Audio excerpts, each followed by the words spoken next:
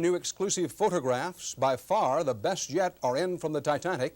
For most of this century, that huge passenger liner has been a dead ship, resting in an ocean grave that, until these past few days, no one had seen.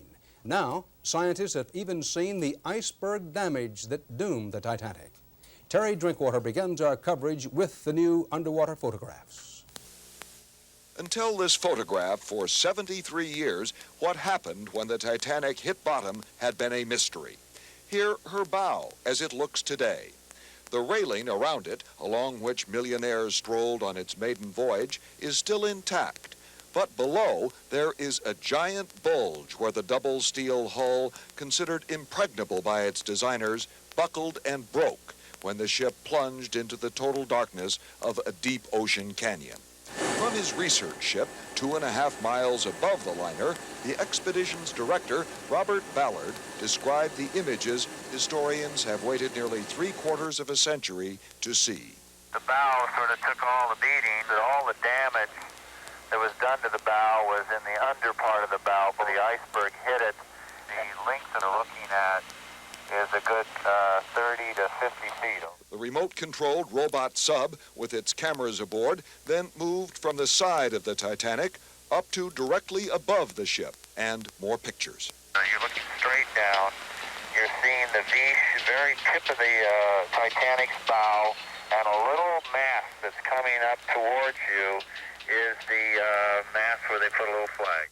The camera then pointed to the bridge towards the captain's window, where the fateful order to abandon ship was given. And the boilers, each the size of a 2-car garage, by the side of the wreck. Ballard is now sure what happened when the Titanic hit bottom. No doubt about the boilers roared through the bow. When the ship went vertical and the boilers broke loose, took out everything in their way.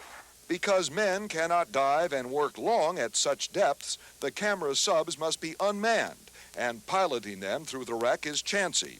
Technicians on the surface aboard the research ship nearly lost a sub when it hit a rigging around one of the Titanic's 4 towering smokestacks. It was trying to locate the huge aft section of the liner. And, as Ballard told us tonight, so far, this part of the mission has failed. We're still searching for the stern. We can't find it. It does appear to be disconnected. The search for the rest of the Titanic can continue only until week's end, when the research ship leaves for home port, ahead of the North Atlantic winter storms. Terry Drinkwater, CBS News, St. John's, Newfoundland. The Titanic, grand, powerful, confident, and soon to be 2.5 miles under the sea. But it has floated in the world's imagination for 73 years. The Titanic was the first liner and the last liner anyone ever called unsinkable. They just could not believe that this magnificent ship, which was the most magnificent ship in its day, could actually sink completely. Everyone on board wasn't so sure. There were exceptions. You see, my mother refused to go to bed in that ship because she had this premonition, solely based on the fact that she said that to declare a vessel unsinkable was flying in the face of God. If the Titanic were around today, it would be doing package tours to the Caribbean. The world that went down that starry night featured a jet set that sailed the seas, gentlemen who dressed for dinner and offered women and children their places in the lifeboats. Imagine. In a way, it was a premonition of the First World War. It was a sign that an era was coming to an end. And it made people aware of the consequences of excessive confidence. The Titanic taught a civilization that it's a dangerous world we live in, that there are icebergs lurking in the night. It brought many fears to the surface. But what about the Titanic itself? With 1,500 souls down there, I would agree we should be left where she is. Look at it, dream about it, but don't touch. The Titanic was the ship that sailed blithely off into the night and was never seen again until this week. Bob Simon, CBS News, New York. American scientists who led the team that found the Titanic today released the cream of the crop of thousands of underwater photographs, among them haunting and poignant reminders of life on the great liner as it crossed the ice-cold Atlantic for the first and last time. Terry Drinkwater reports. The most detailed secrets yet of the doomed luxury liner were revealed in a series of photographs released today in Washington. Robert Ballard, who discovered the Titanic, said he almost lost his robot sub, the Argo, just after it took this picture of the front smokestack, which had collapsed. The sub was heading aft towards the second upright stack. It scared the dickens out of me when we bounced Argo off that stack. Stack didn't do a thing, a little paint came off. We do have some Titanic paint on Argo.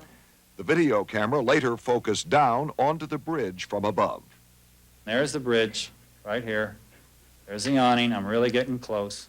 You can see the heaving action. This was very scary as the vehicle comes up and down with the roll of the ship. In the center here, windows of the luxury smoking salon ripped from the hull, and the crane arm, which held one of the Titanic's lifeboats. There were only a third of the number of lifeboats needed. Some men in life jackets jumped over these railings of the ship to survive only briefly in the freezing Atlantic. The ship is now 2.5 miles down. Very little marine life, but here's a small fish, maybe 3 feet long, swimming quietly over the bow. Many in the crew were asleep below in the bow when the ship hit the iceberg. But above in the grand salons, the formal galas were still in progress, the most elegant here.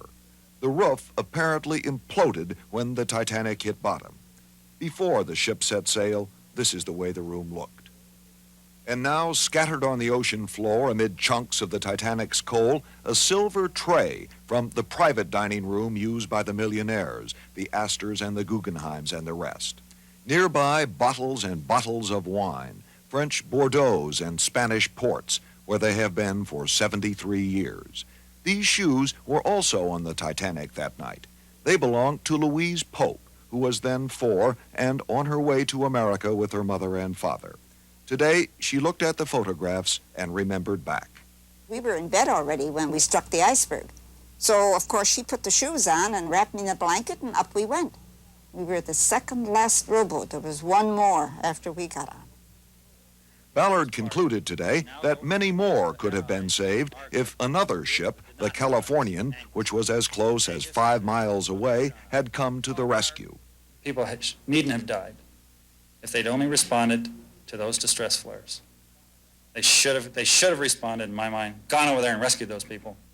Ballard believes the lookout in the Titanic's crow's nest atop this now fallen mast could have seen the Californian on the horizon just before the Titanic and the 1,500 aboard went to the bottom.